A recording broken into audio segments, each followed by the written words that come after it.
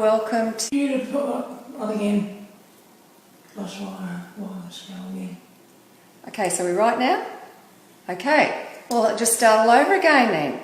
So I've got with me tonight Sylvia Lang, and Sylvia is the mother of Craig Campbell. Now, you remember some weeks ago we did a story with Craig, and we were talking about his situation in foster care. It was a pretty horrific and very heart-wrenching story.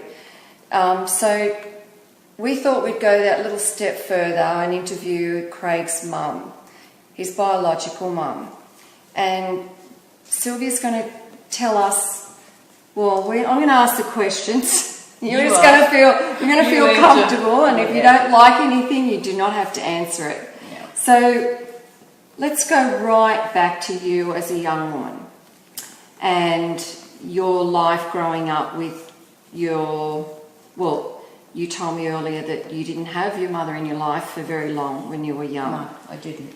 So growing up with a father, and how many siblings? My brother. So your brother, older or younger than you? Younger.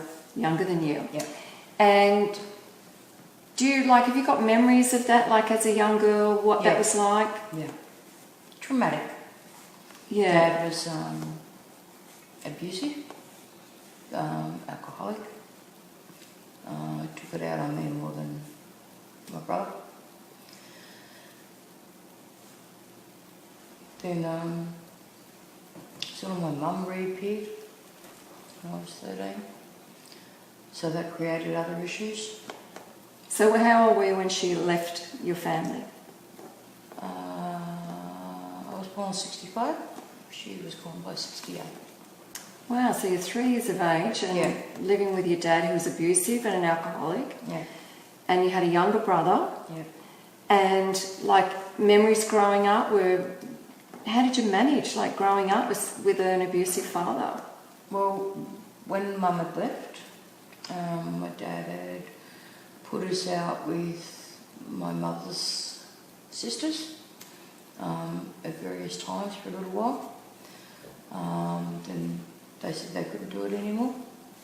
So my brother and I ended up over at North St Mary's. There used to be a children's home. So we were put in there for 5 months. And how old were you then? Roughly about 5. So you're in a children's home. Were you kept together as brother and sister? No, they separated us. They put my brother in one room and me in another one. I have a memory from that one, going to the door screaming my brother's name. And another memory is it was run by the nuns, and they put us in the bathtub in multiples. And the way they scrubbed us is, the scrubbing brushes you use on the floor. No. That's what they used to do it. The other memory I have is when my dad came with my granddad and collected us and went to live with my dad's sister at Ingleburn for a few years. Dad wasn't with us. He'd come and visit. But I absolutely adored living there. I absolutely adored my auntie. So how old were you then when you went? So you both went there to live with your auntie? Yeah. And how old were you then? Probably about 5 and a half, 4 up by the time we'd gotten out of the home. So, living with my auntie was the only mother figure I had. She's the only one I can identify with.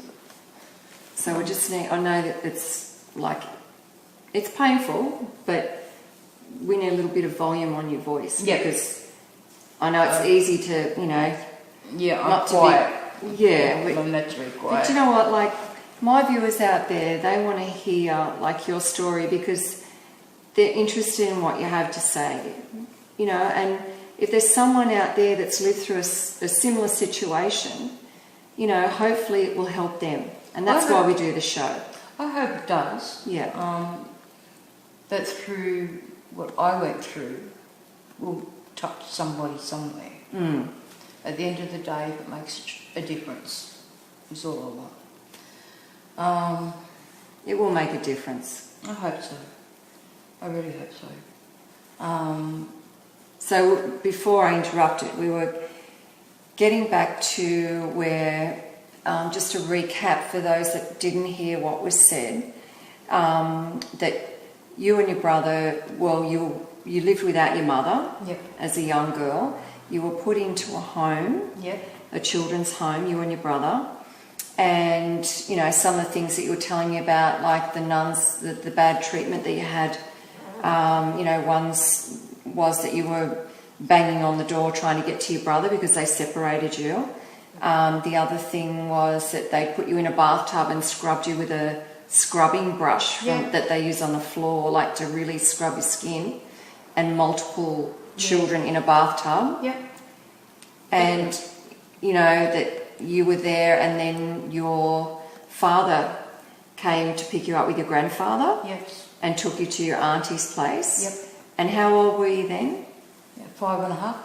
5.5. And you loved living at your auntie's place? Oh, absolutely. Like, that was the one thing that we were talking about. Like I that. adored living there. That was so much fun. It was Ingleburn back then was like a farm area. Mm-hmm. So we had, you know, your kids. You know, you're running amok. Yeah. But my special treat was I used to get a taxi to school every day What? because my father worked with that local RSL. Taxis back then, it was the RSL. Yeah. So I got chauffeur driven to school every day. Oh, wow. What about coming home? Same. Yeah? Oh, well, that's all right. Yeah, it was pretty good. Did your auntie did they have any children of their own? Yeah, they did. So how many children did they have? 3. Okay, so you got on well with your cousins and... Yeah, I did. Well, the older one, yeah, because we were sort of in the same age. Mm-hmm. I don't remember too much with the 2 younger ones. One of them was the same age as my brother, and the younger one was born with cerebral palsy. So there was a lot of difficulties with him. And then one day, Dad turned up and said, "I've found your mum, and we're going to go and live with her." So he found your mother. This gets better. So we found your mum, and we're going to go and live in Cabramatta. And How old were you then? 6, 7, 7. Yeah, 7, because I had to start another school. And so we went to this place, and there was this lady. Never met her in my life, you know, because I have visions of my mum from when she used to come and visit us in Ingleburn. So this woman was not my mother, but I had to call her mum. Oh, so she wasn't your mother? No, but my dad said, "I found your mother." Oh, no. So thinking that you wouldn't recognise that... Yeah, because when we were living in Ingleburn, my mother, she would come to the fence, and our family, we had a German Shepherd.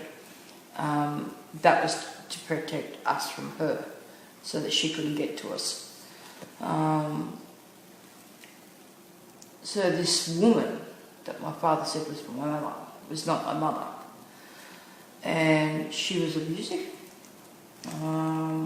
I developed really bad habits because of the way she was treating me.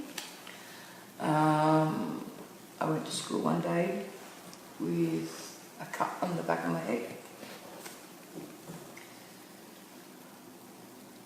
Because I had a night letting problem from something that was going on, and I told her, and she beat me, and she sent me to school.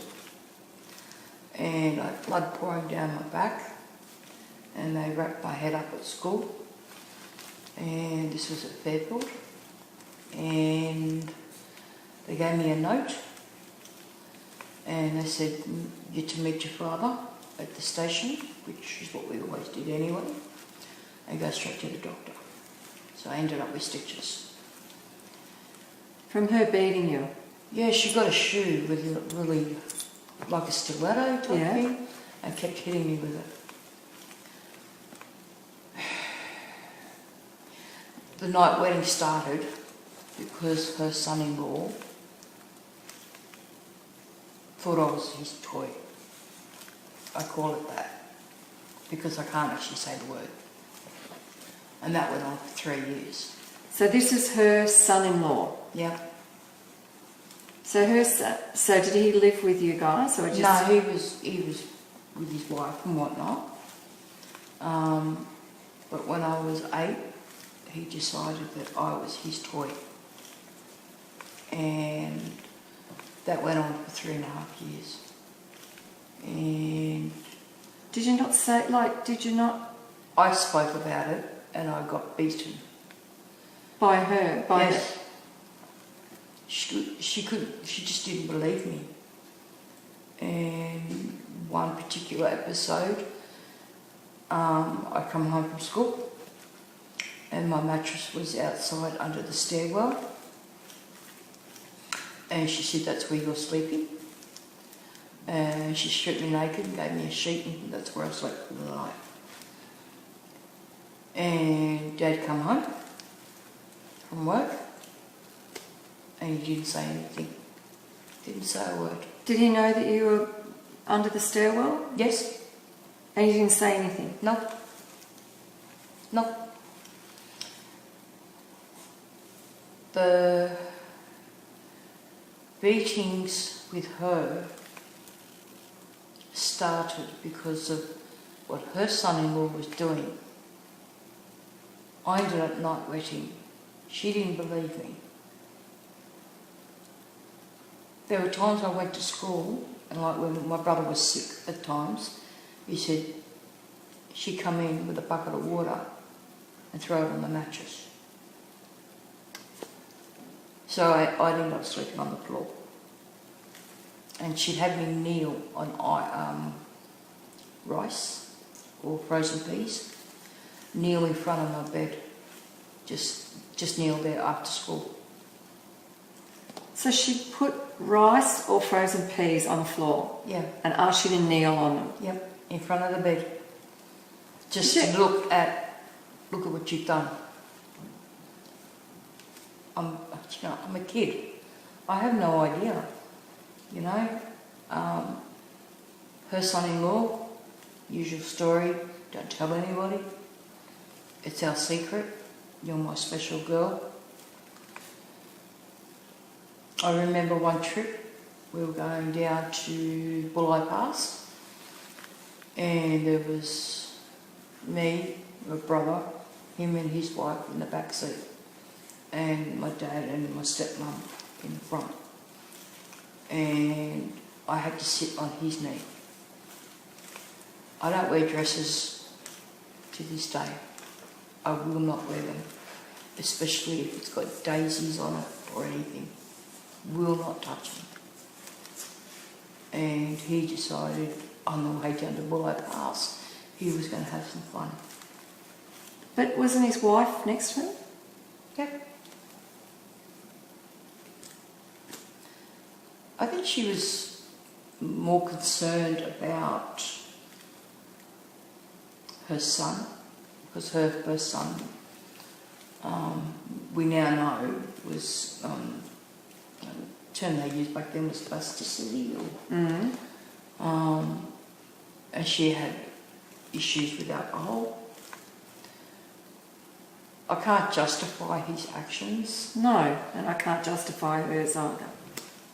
And I remember it stopped when Dad took me and my brother into the city for, a big Christmas tree in Martin Place. When we were 11 and a half, 12. He said, when we come home, things are different. We come home, she wasn't there. She was gone. And my night wet stopped that night.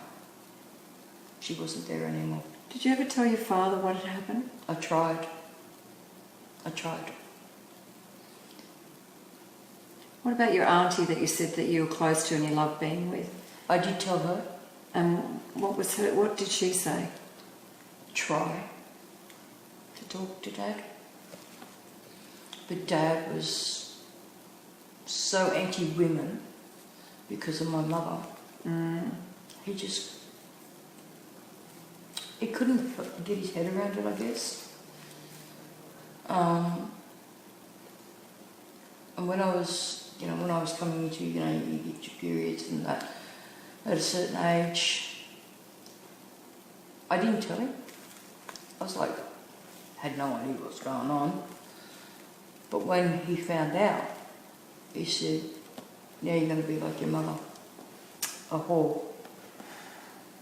And he said to my brother, "Don't touch her, she's dirty."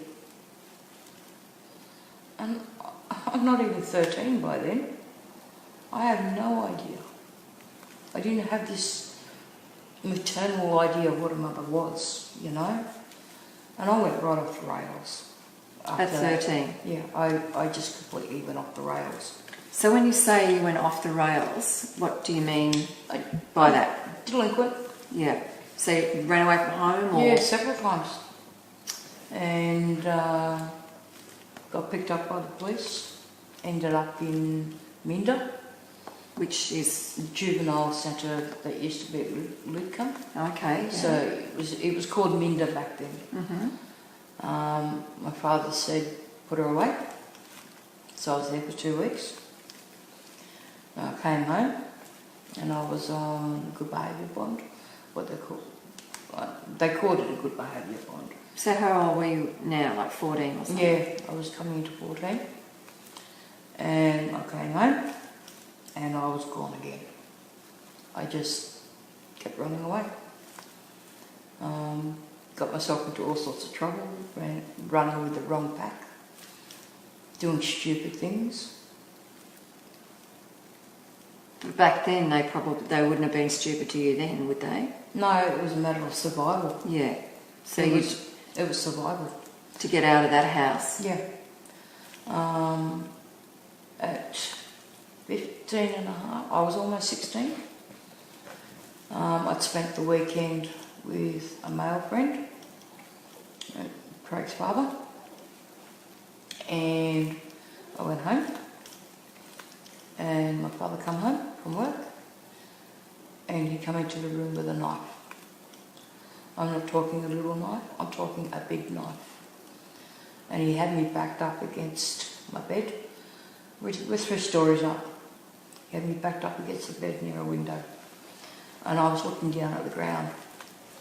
And I thought, well, that would be a lot easier. And he'd come at me. What, to jump out the window, you say? Yeah, it would have been easier.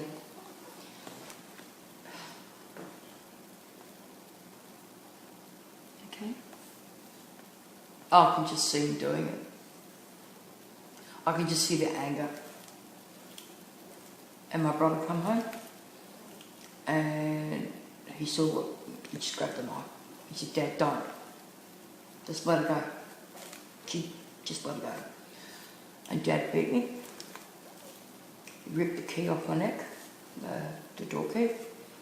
He said, "Go. You go. You're trash. Go." But he spoke in Hungarian. And my brother brought out a sports bag. He said, "Pack your stuff, sis, and just go." I said, "Go where?" He said, "I don't know, but just get out." So I left him. Did your brother have the same sort of treatment? No. Robin, it's because, say, you're a female. That's... Yeah. His treatment was different. Once he learnt karate, then my father stopped touching him, stopped hitting him.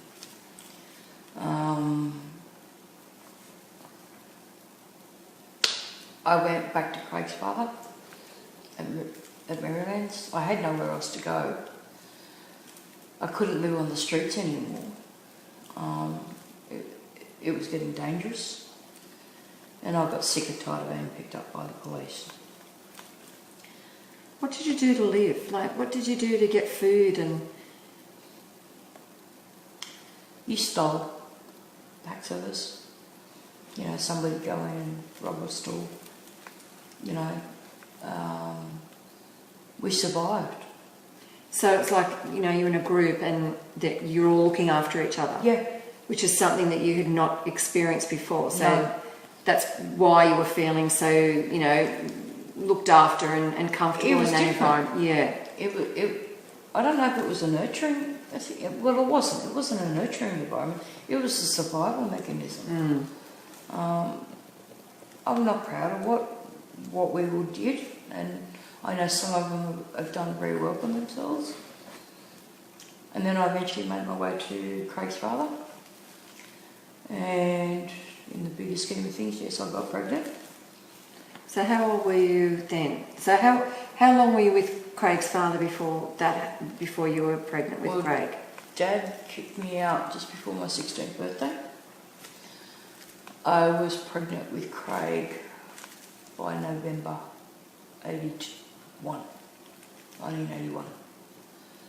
Okay, so you're with Craig's father, and was that an okay relationship? Was that?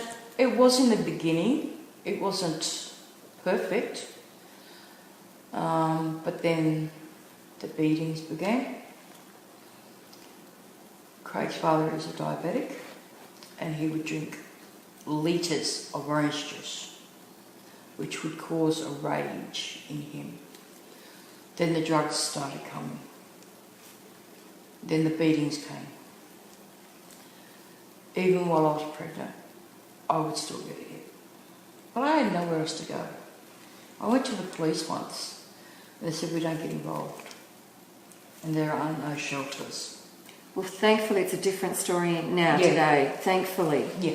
And I mean, it's just sad that there was nothing like that there for you, or that you didn't know of anything or anywhere to go. Like there was just nothing, you know.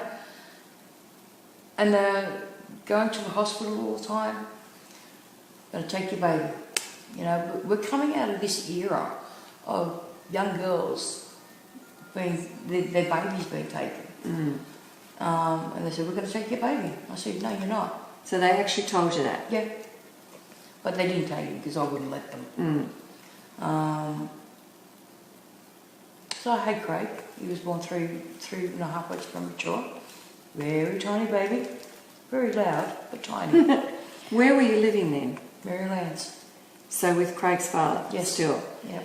So because of the situation and you couldn't get any assistance anywhere and you had really nowhere to go, unfortunately, you chose to stay with Craig's father because at least it was a home. It was a roof. And you now had a little baby. Yep. And wow. I had no idea, no maternal care of my own. So I had no idea. This was... How to be a mum. I wasn't even 17 when I had him.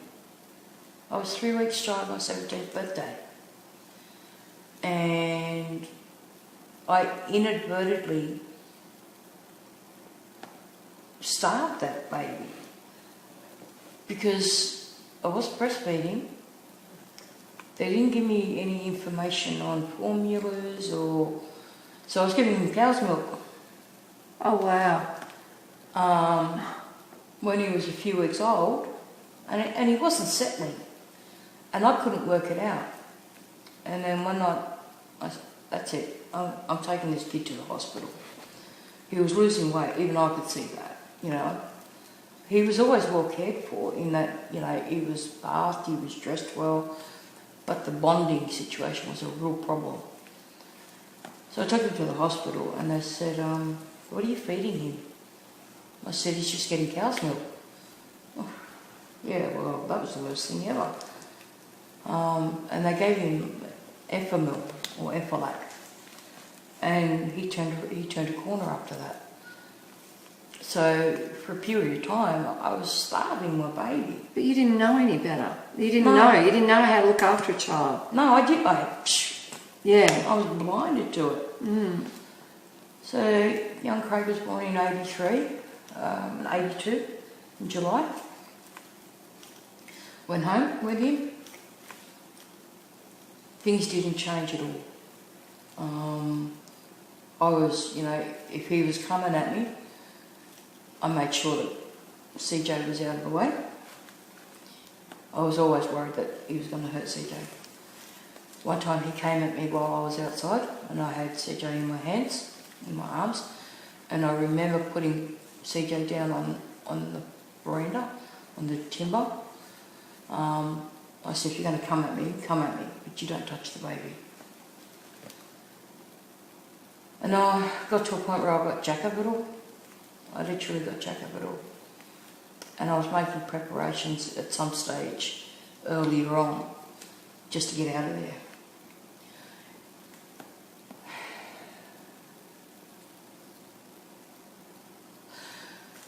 Craig's father wanted his rights back.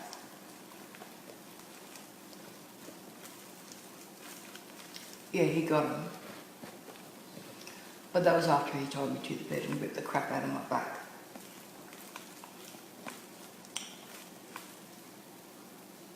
I up and left. I actually got in touch with my natural mother. And she booked a flight for me to go up to Queensland with the baby. And I went up in the October of 82.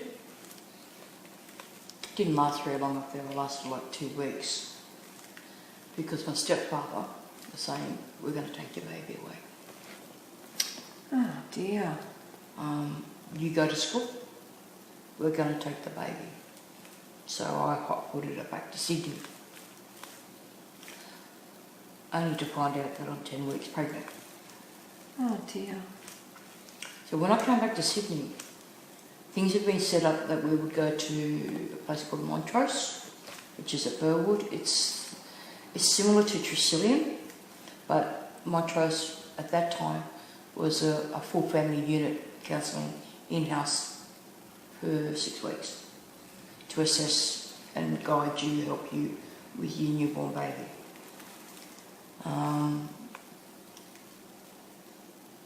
They said to me, welfare had been involved by that stage. If you don't terminate, we're going to take both of them. Wow. And I remember sitting in a concrete, you know, big concrete cylinders that the roadworks people are using. Mm-hmm. I remember sitting in that crying. And the lady came and she said, we will take them.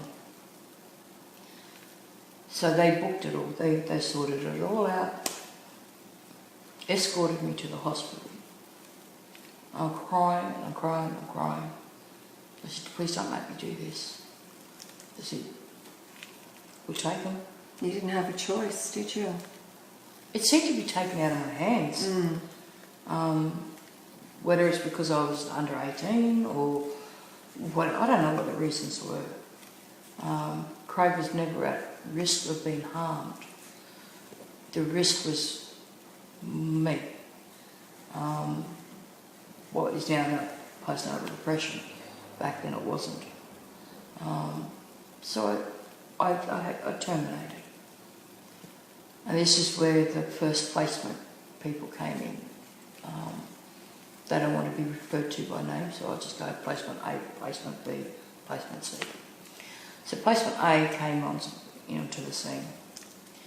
And we used to take CJ across to them from one side of Merrylands to the other side on a Friday and pick him up on a Saturday. So that was to give you a break? Yeah. Okay, so you befriended this family, and we can't mention names, but we're cool with that. So were you friendly with them? Did you feel comfortable with them? I did. Even though they came through the welfare system, they always made me feel welcome. She was really good.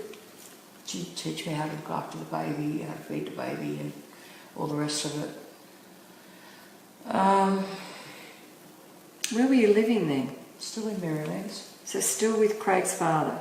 Yep. So you're still getting beaten, and did he know about the baby, the pregnancy? Yeah. He came to the hospital. And I said, this resulted on what you did.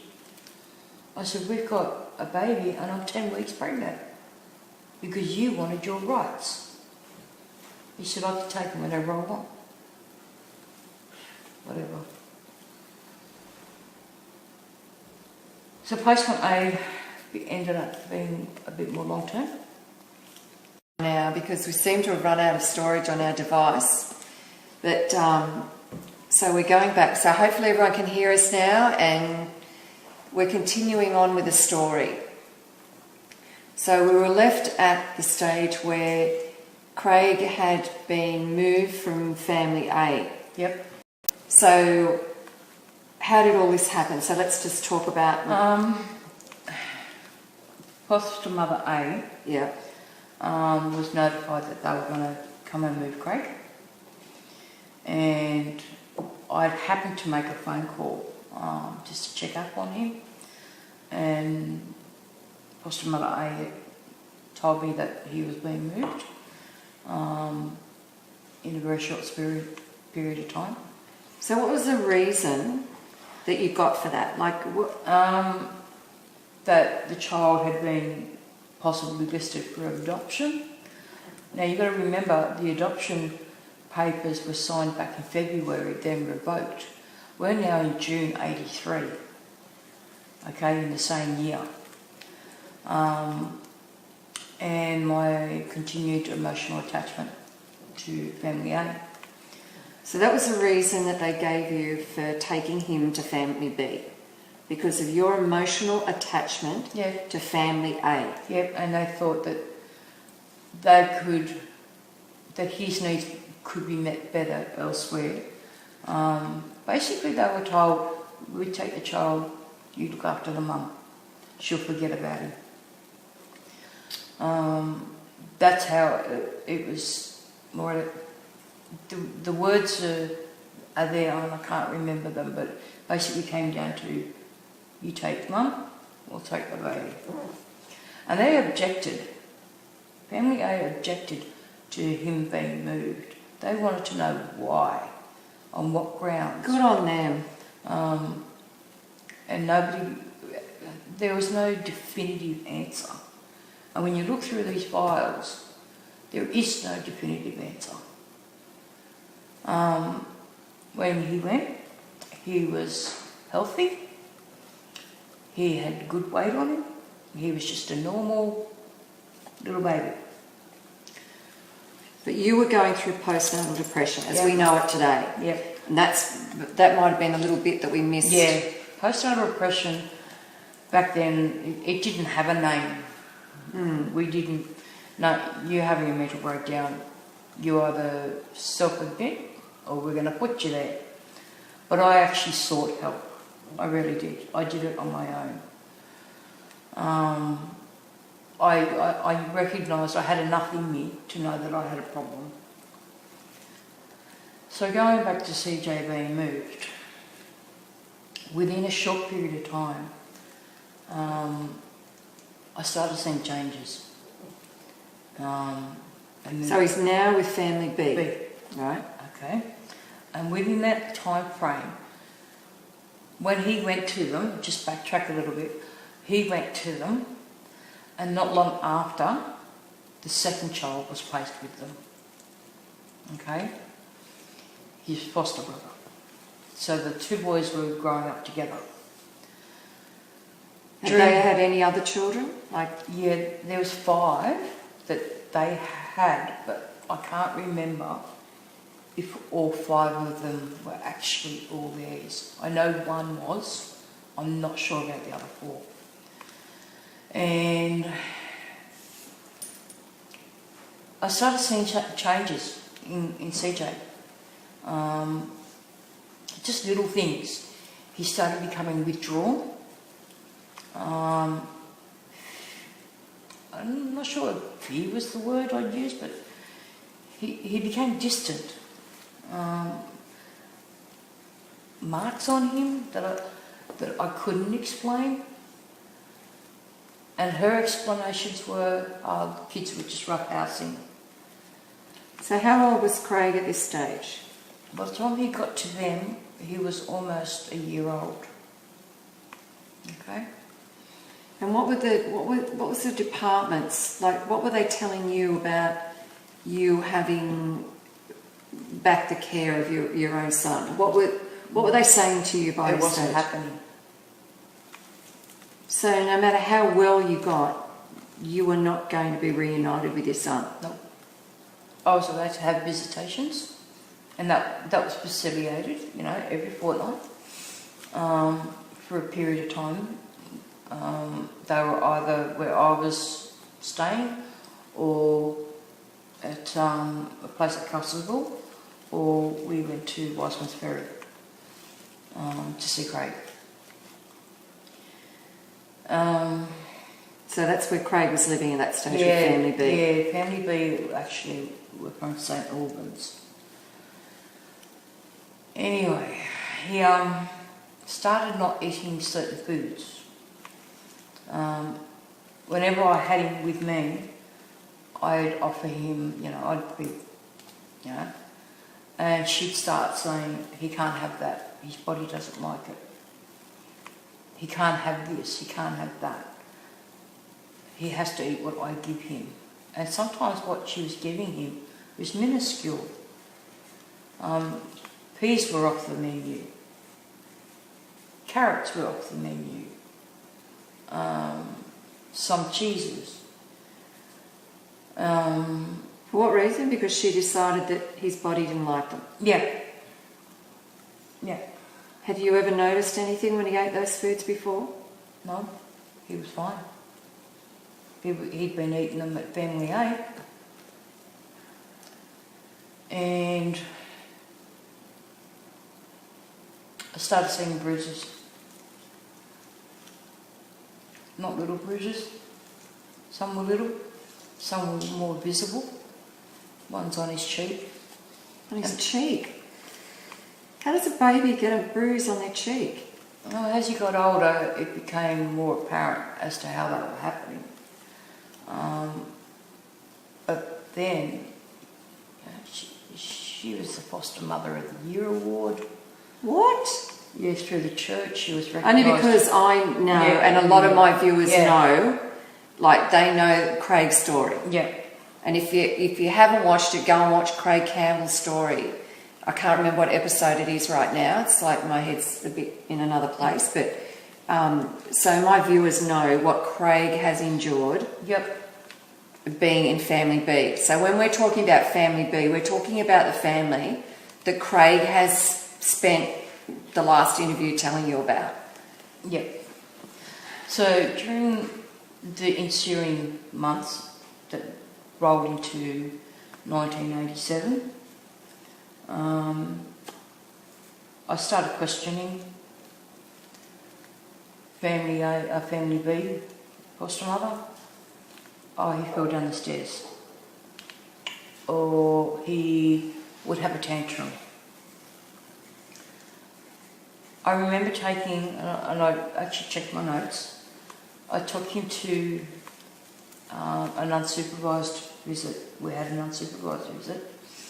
So that means that she had to go. So I just took him to my doctor. He was 3.5. Weighed 10 kilos. 10 kilos at 3.5. Now you got to think about this. His belly was protruding, skinny arms, skinny legs, head disproportionate to the rest of his body. And he said, "Why is this child only 10 kilos?" And I said, "I don't know." And he wanted me to take him to the hospital. I should have, but then my mind was ticking over, am I going to get charged? Is somebody going to believe me? During all this time, from the time he was there to the time he left, I had stated a couple of times to my caseworker, something is not right. My son is being abused. No. She got a Foster Mother of the Year award. She's a great foster mum. And I had to go with that, and hope I was wrong. but my gut feeling said I wasn't. 1987 rolled around and I was pregnant with my third one, and I got a notification from her through a telegram, which I have a copy of. Boys are being taken. And this was after a case conference. What do they mean being taken? Like, she sent me a message. She sent me a telegram, old-fashioned telegram. They've taken, the boys are being taken. Call me. I didn't call them. But they were taken within 4 days of a case conference. Because I'd asked for this case conference. I said, something is not okay. Something is wrong. Go and look. 4 days later, I get the telegram. Then I get told, we're looking at the situation. There seems to be some abnormality, which is their way of saying, we're not going to tell you. but you're his mother. If I could see it, and I'd already had my daughter, and I was pregnant with the other one, and during that year, and this is the strange thing, everybody, I had a friend that I grew up with since I was 11, 12 years old. My caseworker turned up on my doorstep. Do you know where this person is? Where the child is? I said, no, why? And they said, well, mother's jumped. I didn't know if she survived or not. And I said, but I don't know where the baby is. Within a short space of time, they bring the child to me. They bring the baby girl to me. For you to look after her, but they won't give you your own son. Mm-hmm. I can't recall how long I've had it for. And they said, can you look after her? I said, yeah, I can look after her. So let me just get this right, because it just seems so wrong. They've actually given you custody of a child to look after, like a girlfriend of yours that had committed suicide, and yet they wanted you to look after her, and yet they would not give you your own son. Mm-hmm. There's got to be something wrong here, and there has to be... There must be someone watching this that can help Sylvia. Like, with this whole situation, there's got to be someone watching, or someone knows someone that can tell someone that can get in contact with us and help Sylvia. She's got all the documentation there. Everything is there. Every bit of evidence is in this folder. It's that thick. She's got everything in there. There's got to be someone out there that can help her. So let's just go back to that situation. You've got I got the child. Yeah. When I was 8 months pregnant, I contacted the department. I said, is there a decision with this child? Do I keep her, or are you going to move her on? The decision was made that they would move her on to another local foster mum. And as they grew, as my daughter grew and this child grew, they actually went to school together. So I remember watching this little girl, and she was beautiful. I had my other child, and we kept fighting. We just wanted Craig home. So when I had the baby, they'd organised a 2.5 day paid-for conference. I can't remember the suburb. Craig, if you're watching, you can tell everybody. So they put us up in a motel for the weekend. It was like, I think it was a weekend, or I can't remember. It was 2.5 days. And during that time there was contact between everyone. So it was family A that was coming. Mm-hmm. And this is by the time he ended up in family C. Okay, so we've gone from 87 and they've placed him in family C. And we'd insisted on a case conference to ask for repatriation. So for 2.5 days, we stayed up there. My baby was sick with gastro. He was 6 weeks old. He was sick with gastro and up we went. And we went out to Oakville, the Oakville farm. Mm-hmm. Loved it. Had a great time. Kid was fantastic. And he didn't want to leave family A, the foster father. Back then he was calling it Pop. He was very much, I'm staying with Pop. And I remember one incident when they came to pick him up. He was not going. He was screaming. They had to literally drag him away. And then we had these conferences about what the plan was. Little did we know that they'd already decided what they were doing. So the idea of me going up there at that time was to bring Craig back down to Sydney for a couple of days for his 5th birthday. As an early birthday thing. A weekend visit is what I was wanting. And that was the idea of it. We go up there, we talk about it, and make it possible. They'd already decided that that wasn't going to happen. And they put me in a room with Craig and the other boy and see how everybody was interacting. It's a very sterile environment. You can't relax. And they kind of took that as, Mum doesn't know how to do whatever. And it's like, you just land me in a room and you're watching me through a mirror, what I'm doing, and you're videotaping it all and making all these analyses of me without actually saying anything. And then one of them came in and asked if the boys could not be separated, would I take both of them? I said, yeah, I would. If the boys could not be separated, and I'm not stupid, I knew they couldn't be separated. They'd been together for too long. I said, of course I'd take him. And they said, so you would take child B just to get your son? I said, that's not what I said at all. I said I would take the child with Craig and provide whatever care they needed, which was available in Sydney. And they said no.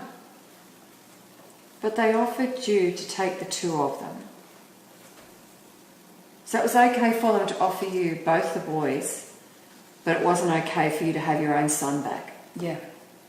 The idea, they said if the boys could not be separated, would you take the other child as well? And they twisted that whole thing around. They said, so you would take the child just so that you get your child as well. And no, that's not what I meant. What I meant was, if you can't separate the children, then yes, I'll take both of them. Yeah, because you're thinking like a mum there and saying, they've grown up as brothers, and why should they be separated? Yeah. And you were willing to do that. You were willing to have the both of them together. I was. And so what happened after that? They cut all contact. They'd made their decision. And it says in one of these reports,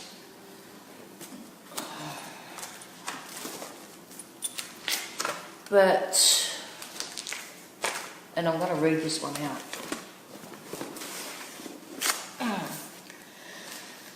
I can't mention his name, but the guy explained that the case conference was not recommending restoration and included that based on the diagnosis of psychosocial dwarfism, Craig should not be placed where he is to compete with other children. Okay, folks. Other children. He had a foster brother. They totally contradicted themselves. But they do that a lot in all that printed matter that you've got there. Yep. And I mean, this is available to anyone that wants to help, anyone that has an interest that could help Sylvia. Like, all this documentation is here for you to read through and to understand it, and it'll absolutely blow your mind. It will just absolutely blow your mind at how this all happened. I can't even imagine it. So we're going back to placement B, okay, where all the abuse happened. Now, I'm aware that family A knew about the situation, about the child that died in family B's care. So family B had the child that died in their care before Craig got there. Yep. And they still put Craig in that situation. Yep. The inquest was reopened into that child's death because the professor that was dealing with Craig had said Craig has psychosocial dwarfism. Now, to anybody out there, psychosocial dwarfism is a lack of maternal care. No love, no affection, very basic care. Maternal care, just nothing. And they don't grow like normal children. They do not grow. Yeah. They are stunted. Yeah. So the inquest that was reopened and went to court into this child's death that died in family B's care. I know it's really hard to keep up with, but you've got to understand I can't mention names. The child that died in care, the clinical psychologist states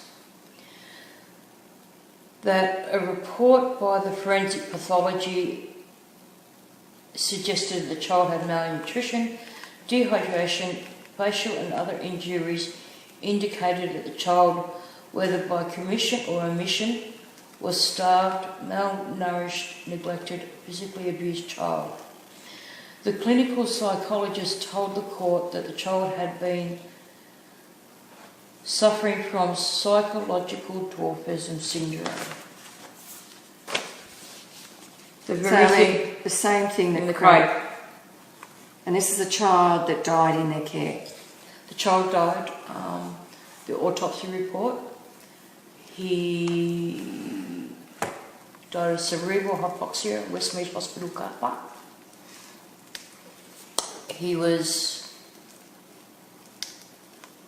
born in 1979. I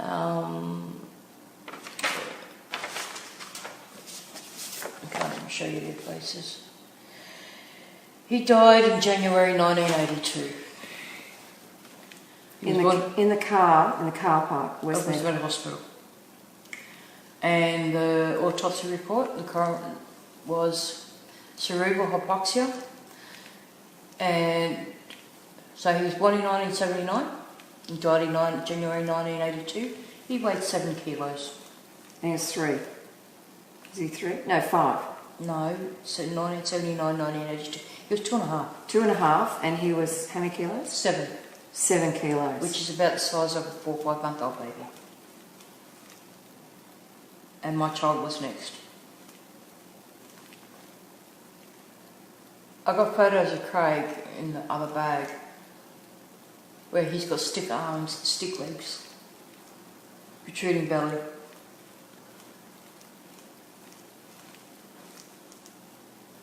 Somebody by chance gave me this document, the newspaper article.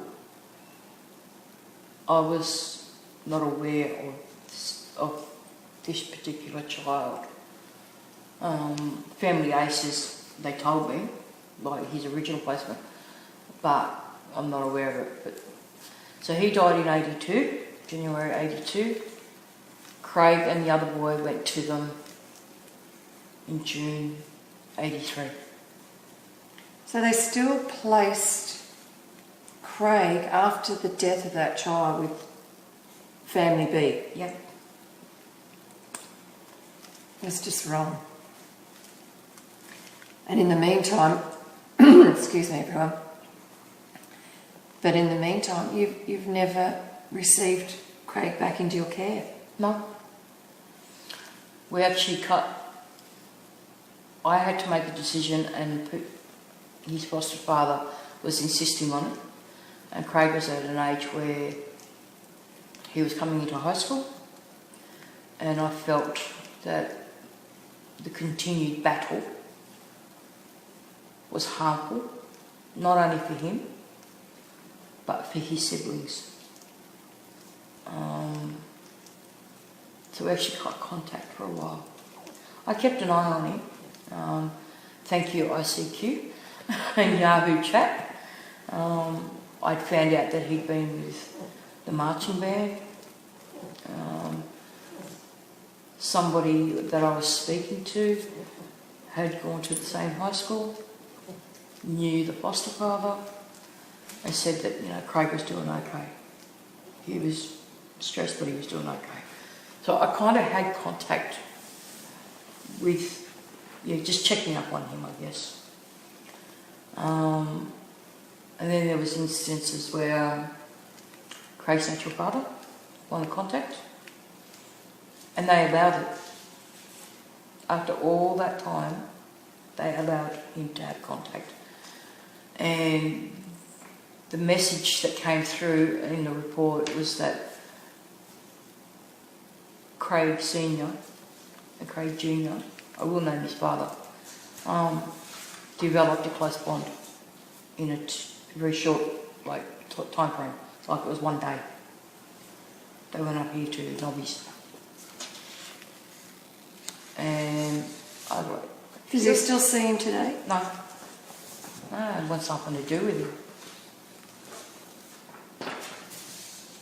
It's just, And then there was the battles, as we got older and Craig got older, and me and Craig were fighting. He'd been led to believe that I was a drug addict, alcoholic. I was doing all these bad things. And I've got that in an email from him. And so we started fighting. And the fighting was from anger. Yeah, he's outraged. Well, you're angry, he's angry. It should never have happened. It should never have happened the way that it did. It's just wrong. It's wrong how it all come together. People say to me, how can you be so composed? Little do they know is that when I leave here, by the time I ever actually go back to my own place, I'll crash. I have my own strategies to deal with when I'm talking about this. I'm not helping anybody if I'm falling apart. The story will continue because there's more to it. I got letters from community ministers, Department of Community Ministers, why you can't have your child. Yes, we're going to try and work with you, get your child back, and then they backflip. So I've got files, and if anybody wants to have a look at it, you're welcome to. I'm sure FOA is still around, or Freedom of Information. They can go and get the files from the system. They can read about my life, decisions I made, good, bad, indifferent, harmful, not harmful. I'm not afraid of anything anymore. I have to face living every single day knowing whether I'm going to wake up every morning or not. So I don't have time to be angry. I want justice, and I want an apology, and I want help for Craig, for him to get on with his life. That's very little to ask. And I know that you're dealing, can we talk about the health situation? Yeah. I know that you're dealing with like Sylvia's dealing with a lung condition right now. Yeah. And she just wants to get all this sorted and get it all happening. And, so whoever's out there that can help, please, if you know someone that can help even, just inbox me, anything. Just contact us. Contact us via the website. www.onthecouchwithkelly.com. There's a little message that you can put there, no one else will see it. So, I'm just hoping that this isn't going to stop here. No, definitely not. And, I would like it that someone out there wants to help us get to the next level. And, get some answers and get some help for Craig, because that's the biggest thing. Craig can't get any help. He can get those 8 appointments. Yep. And then that's it. That's where it stops. Craig needs some really intense help to get through what he's been through. And, right now he has the 8 psychological appointments. But I'll tell you what, he's a great dad. He is a great dad. I've experienced it. Yeah. And you experienced it today. Yep. Because Sylvia came to Newcastle today to do the show. Yep. And she met up with Craig and his little bubba. And well, he's not so little anymore. He's 4. But you got to spend time with him, didn't you? Yeah, I hadn't seen the child for quite some time. So it was good, teaching him to high five. That's the important thing in life. I was going to teach him something else, but his father wouldn't let me. The royal wave, the 1 finger salute. So, but I know we're finishing off with a laugh, and and it's a good thing. Come but on, right now, come on, our hearts are breaking, and this is a little bubba that's been sitting there so beautifully, well behaved, and wonderful. And there you go. You even get to be on video. Hey, Molly. And Sylvia, every week when I interview someone, I always ask them, if there was someone out there, watching the show and they've been through a similar situation, and God forbid that they have, but, how beautiful would it be to have a message of hope from you? What would your message be to someone? Don't give up. But apart from that, if you're involved in a situation, we have technology now. Use it. And use it well. Write everything down. Dates, times, whatever. This was the old way. But you don't give up. Never. For the love of a child, for anyone, you keep fighting until you've got nothing left to fight. Hug your babies tonight, people, because tomorrow's a new day and you don't know what's coming. It's a beautiful message. Makes me want to just go and drive around, see all my grandchildren right now and give them a big kiss and a hug. And, thank you everyone for joining in and each and every week supporting what I do, because, without the viewers, I haven't got a show. I've got the stories to tell, but I need you to listen. And I really, if there's just one person that could change the life of one person here, this show, to me, it's a success. And change the success... one life. Change many lives. Yeah. So, thank you to everyone. So, some of the people that have been watching, I can't... Bless you. Thank you. Some of the people that I want to thank tonight for being a part of this is Janet Dempsey, Di Smithies, Debbie O'Donoghue, Charles Argent, Colleen Dandelion, sorry if I don't pronounce names very well, Lisa Allen, Jacqueline Williams, Tani Roberts, Joanne Haskew, Shireen Lowe, thank you Shireen and thank you Joanne, Kath Smith, thank you Kath, Cara Williams, Tracy Coe. It's really hard to see. I've got the tears in my eyes. Sorry. Come on. Paula Louise Calmetto. Thank you, Paula. Tian Ricks, thank you so much. Angela Waters. Susie Juno. Barbara Somerville, thank you. Janita McDonald. Reese Livermore. Margaret Moffat. Melissa Bean. Rosalind Abbott. Larry Lowe, thank you. Frank Day. Louise Melrose Hanley, Kerry Morgs, Tracy Everingham Armstrong, Kelly Mills, Sienna Rose Mears, Bernadette O'Connor, Paula Louise Calmetto. I think I've already said that. Thank you from the bottom of my heart.